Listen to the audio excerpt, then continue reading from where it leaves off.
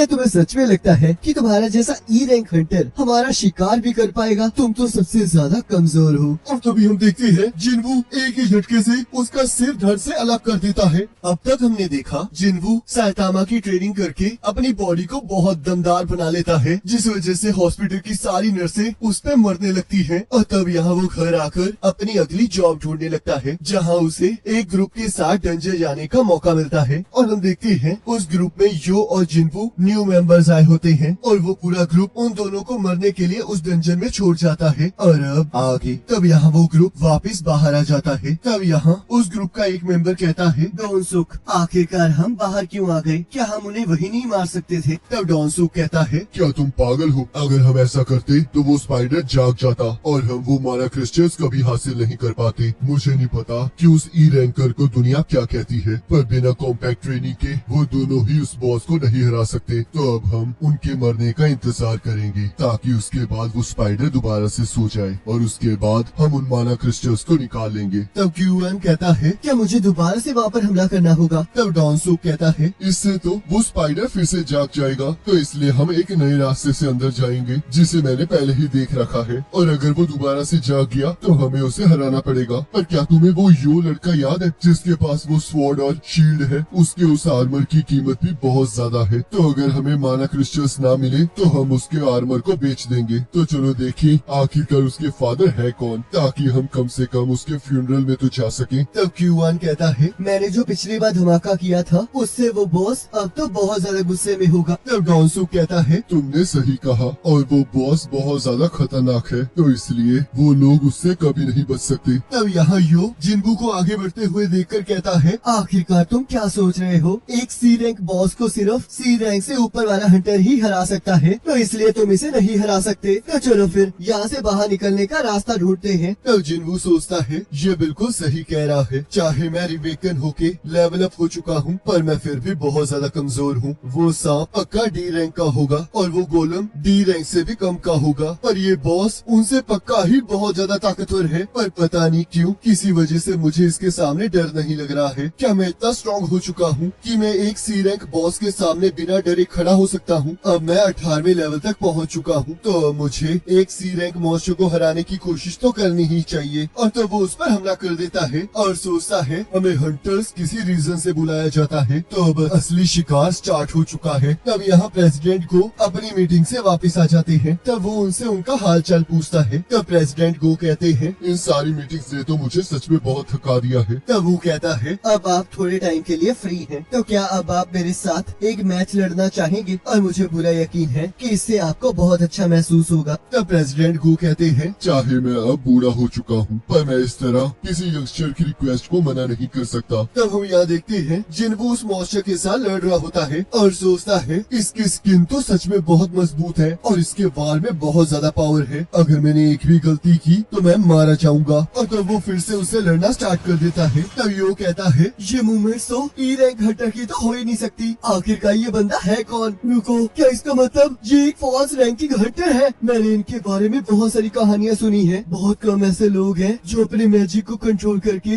लो rank में register करते हैं और इन्हीं हंटर्स को फॉल्स रैंकर्स कहा जाता है। और इनमें से काफी ऐसे लोग होते हैं जो कि अपने मजे के लिए लोगों का कत्ल भी कर देते हैं। और तब वो जिन्वू को देखकर डर जाता है और सोचता है, आखिरकार मैं यहाँ पर कर क्या रहा हूँ? प्लीज डैड मुझे बचा लो। तब जिन्वू सोचता है इसकी बाहर की स्किन तो सच में बहुत ज्यादा टफ है और अब तक तो मैं इस पर कुछ ज्यादा डैमेज कर भी नहीं पाया हूँ। अगर ऐसे ही चलता रहा तो मैं और ज्यादा थक जाऊंगा, जिससे मेरी स्पीड ऑटोमेटिकली कम हो जाएगी। तो मुझे अपने डैगर की पावर को यूज करके इसे जल्द से जल्द हराना होगा। और तब वो उसका वीक स्पॉट एनालाइज करके उस पर हमला करने लगता है। और तभी हम देखते हैं वो स्पाइडर उसके ऊपर एसिड फेंकने लगता है, पर जिन्वू किसी तरह अपने आप को बचा लेता है और सोचता है अब इसके पास ऐसी एक और ट्रिक है। ये तो सच में बहुत मुश्किल होता जा रहा है और अगर ये ज्यादा देर चला तो मैं टिक नहीं पाऊंगा। मुझे जल्द से जल्द इस तक पहुंचना ही होगा। और तब हम देखते हैं वो अपनी नई स्किल डैश को यूज करने लगता है, जिससे उसकी स्पीड बहुत तेज हो जाती है। और हम देखते हैं वो अपनी फुल स्पीड से उस स्पाइडर पर हमला कर देता है और उस स्पाइडर का सिर बहुत हार्ड होता है, जिससे उस पर कोई फर्क नहीं पड़ता। तब जिन्वू पीछे हटकर सोचता है अगर एक हमले से कुछ नहीं होगा तो मैं बार बार इस पर हमला करता रहूंगा। और तब वो स्पाइडर पर बार बार हमला करना स्टार्ट कर देता है। तब यो सोचता है ये तो बहुत ज्यादा फास्ट है, पर क्या इसके पास इतना स्टेमिना है कि ये ज्यादा देर टिक पाए। आखिरकार ये करने की कोशिश क्या कर रहा है। और तब जिन्वू अपनी फुल स्पीड से उस स्पाइडर की तरफ बढ़ रहा होता है, पर तभी हम देखते हैं वो पूरी तरह से थक जाता है, जिस वजह से वो स्लो हो जाता है और वो स्पाइडर उसे दूर फेंक देता है। और तब वो स्पाइडर जैसे ही अपने पंजों से उस पर हमला करता है,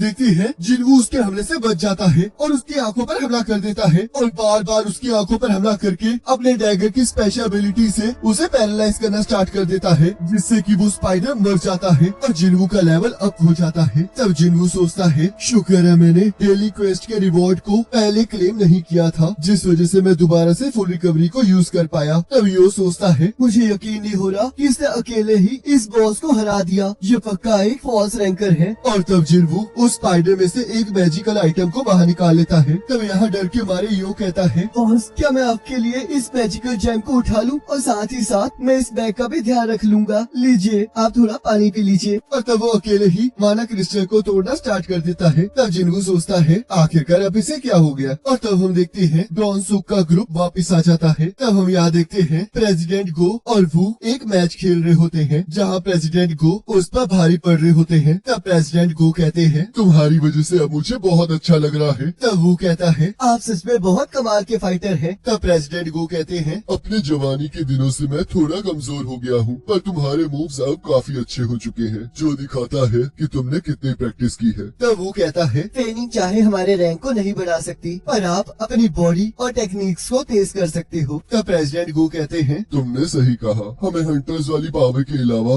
अपने बॉडी और माइंड को भी ट्रेन करना चाहिए, क्योंकि हम लोग हमेशा ही डंजन्स में जाते रहते हैं और कभी कभी हम कुछ ऐसे ह्यूमन से टकरा जाते हैं जो कि बहुत ज्यादा बेकार होते हैं। तब डॉन सुक के ग्रुप का एक मेंबर कहता है, लगता है ये बॉस बहुत ज्यादा कमजोर था और शायद इस लड़के के आर्मर की वजह से ही ये इसे इतनी आसानी से हरा पाया, पर ये इसके हाथों में बहुत कमजोर लग रहे हैं। तो अब हमें क्या करने चाहिए डॉन सुक? तब डॉन सुक यो से कहता है, तुम्हारा आर्मर सच में बहुत ज्यादा इम्प्रेसिव है। तो तुम्हारे फादर यो म्यूंगान है ना, जो कि योजिन कंस्ट्रक्शन के हेड है। तो चलो फिर मैं तुम्हें एक चांस देता हूँ, जिन्वू को मार डालो। अब तक तो तुम्हें समझ आ ही गया होगा कि हम लोग नंबर्स को पूरा करने के लिए कमजोर लोगों को अपने साथ रखते हैं, ताकि सही समय आने पर हम उन्हें मरने के लिए छोड़ सके और सारी की सारी लूट को अपने पास रख सके। तो अगर तुम्हें यहाँ से जिंदा वापस जाना है तो तुम्हें इसे मारना ही होगा। और सोचता है, ये लड़के के आर्मर की वजह से ये सी रैंक डंजन के बॉस को हरा पाया है, तो इसका मतलब ये बहुत ज्यादा खतरनाक हो सकता है। और कहता है, अगर तुम हमारी बात नहीं मानोगे तो तुम दोनों ही मारे जाओगे। और वैसे भी तुम्हें डरने की कोई जरूरत नहीं है, क्योंकि इस डंजन में क्या हुआ इसके बारे में किसी को पता नहीं लगने वाला। क्या तुम्हारे जैसा डी रैंकर इस ई रैंकर से डर रहा है? और तब हम देखते हैं यो जाकर जिन्वू की शील्ड बन के खड़ा हो जाता है। तब डॉन सुक कहता है, तो तुम इसकी साइड हो। तो चलो पहले कमजोर से स्टार्ट किया जाए। तो बॉयज, मुझे एक चीज बताओ, क्या कभी तुम लोगों ने दूसरे लोगों को मारा है? और तभी हम देखते हैं जिन्वू के सामने एक नया क्वेस्ट आ जाता है, जिसमें उसे उन 6 लोगों को मारने का टास्क दिया जाता है। और तभी क्यूआन जिन्वू पर हमला कर देता है और जिन्वू दूर जाकर गिरता है। तब हम यहाँ देखते हैं कुछ हंटर्स आपस में मिलकर एक दूसरे की ऑर्गेनाइजेशन के बारे में चर्चा कर रहे होते हैं। तब हैजिन कहती है, तुम लोगों ने बताया था कि तुम्हारी ए रैंक डंजन ट्रेनिंग चल रही है मिस चाह के साथ, आखिरकार वो कैसे गई? तब गीना कहती है, उस एस रैंक हंटर ने तो चुटकियों में ही उस मॉन्स्टर को हरा दिया, जिससे कि हम सभी लोग बहुत ज्यादा हैरान हो गए। पर सबसे ज्यादा शौक की होन को लगा, क्योंकि वो स्ट्राइक टीम का कैप्टन बनना चाहता है। हम लोग तो बहुत लकी हैं कि हमें बड़ी बड़ी ऑर्गेनाइजेशंस के साथ काम करने का मौका मिला है, नहीं तो आजकल तो एक टीम के बारे में ऐसी रूमर्स आ रही हैं कि उनके साथ ही कुछ ज्यादा ही मर रहे हैं। तब यहाँ जिन्वू सोचता है, आखिरकार मैं कैसे भूल गया कि मैं एक ऐसी दुनिया में रहता हूँ जहाँ पर सिर्फ वही सरवाइव कर सकता है जो कि सिचुएशन के साथ अपने आप को ढाल सके। इस दुनिया में सिर्फ लड़ाई और धोखा ही भरा हुआ है और अब तो मुझे इन सब की आदत पड़ चुकी है। और आखिरकार ये सिस्टम मुझे उन्हें मारने के लिए कह रहा है। क्या ये किसी वजह से मुझे जिंदा रखना चाहता है? ये कोइंसिडेंस नहीं हो सकता। ये सिस्टम मुझे जिंदा रखना चाहता है। ये चाहता है कि मैं स्ट्रॉन्ग बनूं और कहता है, तो ठीक है, अगर ये सिस्टम मुझे यूज करना चाहता है तो मैं भी इसे यूज करूंगा। मैं तो भूल ही गया था कि इस दुनिया में कमजोरों से हमेशा चीजें छीन ली जाती हैं। तब एक पर्सन कहता है, लगता है कमजोर व्यक्ति को सब कुछ समझ आ चुका है। तब जिन्वू कहता है, तो इसका मतलब तुम लोग भी ये जानते हो कि ये सारी चीजें कैसे वर्क करती हैं। तो अगर तुम लोग शिकारी हो तो चलो शिकार बनने के लिए तैयार हो जाओ। तब एक पर्सन उसके पास आकर कहता है, लगता है तुम्हें यहाँ पर समझ नहीं आ रहा है कि यहाँ पर चल क्या रहा है। क्या तुम्हें सच में लगता है कि तुम्हारा जैसा ई रैंक हंटर हमारा शिकार भी कर पाएगा? तुम तो सबसे ज्यादा कमजोर हो।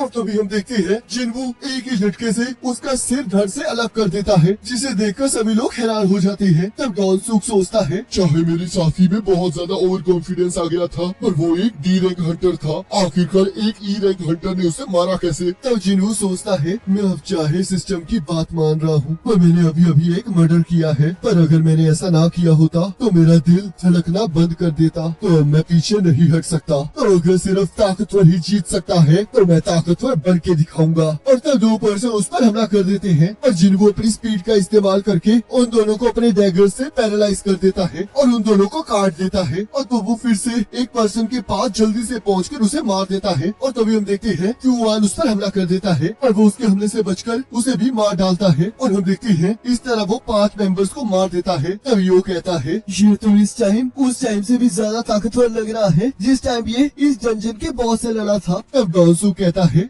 मुझे यकीन नहीं हो रहा कि इसने मेरी टीम को एक ही बारी में मार डाला। तो इसका मतलब ये अपनी पावर्स को छुपा रहा था। तो इसका मतलब वो तुम ही हो ना जिसने इस बॉस को हराया है। मैं चाहे एक सी रैंक हंटर हूँ, पर मैं इन सभी से बहुत ज्यादा ताकतवर हूँ। और तो वो अपने मैजिक को एक्टिवेट कर लेता है और सोचता है, चाहिए एक मॉन्स्टर है, पर बॉस को मारने और मेरे 5 साथियों को मारने के बाद इसकी स्ट्रेंथ कम हो गई होगी। ये अपनी स्पीड और अपने डैगर की स्पेशल पावर की वजह से मेरे साथियों को मार रहा था, और मेरी रीइंफोर्समेंट स्किल की वजह से मेरी बॉडी स्टील से भी ज्यादा स्ट्रॉन्ग हो चुकी है, जिस वजह से ये मुझ पर हमला नहीं कर पाएगा। और तब वो जिन्वू पर हमला कर देता है। तब जिन्वू उससे कहता है, चाहे तुम बहुत ज्यादा स्ट्रॉन्ग हो, पर मेरे पास तुम्हारे लिए एक बुरी खबर है। मैं ये पूरे टाइम अपने लेवल को अप कर रहा था। तब डॉनसूक सोचता है, आखिरकार कैसे इसने मुझे नीचे पटक दिया? क्या ये सच में ई रैंकर है? और तब वो जिन्वू से अपने जान की भीख मांगने लगता है। तब जिन्वू कहता है, तुमने 3 बार मुझे मारने की कोशिश की, तो क्या तुम्हें सच में लग रहा है कि मैं तुम्हें बख्श दूंगा? तब डॉनसूक कहता है, तुम इससे बच नहीं पाओगे। तब जिन्वू कहता है, क्या तुम भूल चुके हो? तुम ही ने कहा था कि इस जंजन में जो कुछ भी होता है उसके बारे में बाहर किसी को पता नहीं लगता। तब डॉनसूक कहता है, ए पागल लड़के, क्या तुम्हें पता भी है मेरा भाई कौन है? और जिन्वू उसकी बात सुने बिना ही उसका सिर धड़ से अलग कर देता है। और तब हम देखते हैं उसका टास्क कंप्लीट हो जाता है और वो डंजन टूटना स्टार्ट हो जाता है। तब यहाँ एक ऑफिसर कहती है, तो तुम्हारे हिसाब से सारे सी रैंकर्स मर चुके हैं और सिर्फ डी रैंकर और ई रैंकर ही बचे हैं। ये तो सच में बहुत अजीब बात है। और तुम्हारा ये आर्मर सच में बहुत ज्यादा ताकतवर है। अब पक्का तुम ही ने उस मॉन्स्टर को हराया होगा और इस ई रैंक हंटर को तुम ही ने बचाया है। तो ठीक है, ये केस अभी क्लोज होता है। तब जिन्वू सोचता है, मुझे यकीन नहीं हो रहा कि इस बार मुझे टास्क के रिवॉर्ड में एक नई स्किल मिली है, जिसका नाम मर्डरस इंटेंट स्किल है, जो कि मेरे एनिमीज के अंदर 1 मिनट के लिए एक ऐसा डर पैदा करता है जिससे उनकी सारी एबिलिटीज हाफ हो जाती हैं। तब यो जिन्वू का शुक्रिया अदा करता है और हम देखते हैं बारिश स्टार्ट हो जाती है। तब यो कहता है, क्या सब कुछ ठीक है? तब जिन्वू कहता है, मैं तो बस ये सोच रहा था कि शुक्र है कि मैंने अपनी बहन को अम्ब्रेला दे दिया था। गाइस लिटरली जैसे ही जिन्वू ने उस बंदे का गला काटा ना, मैं तो पूरी तरह से यह शॉक ही हो गया। ये तो सबसे ज्यादा ना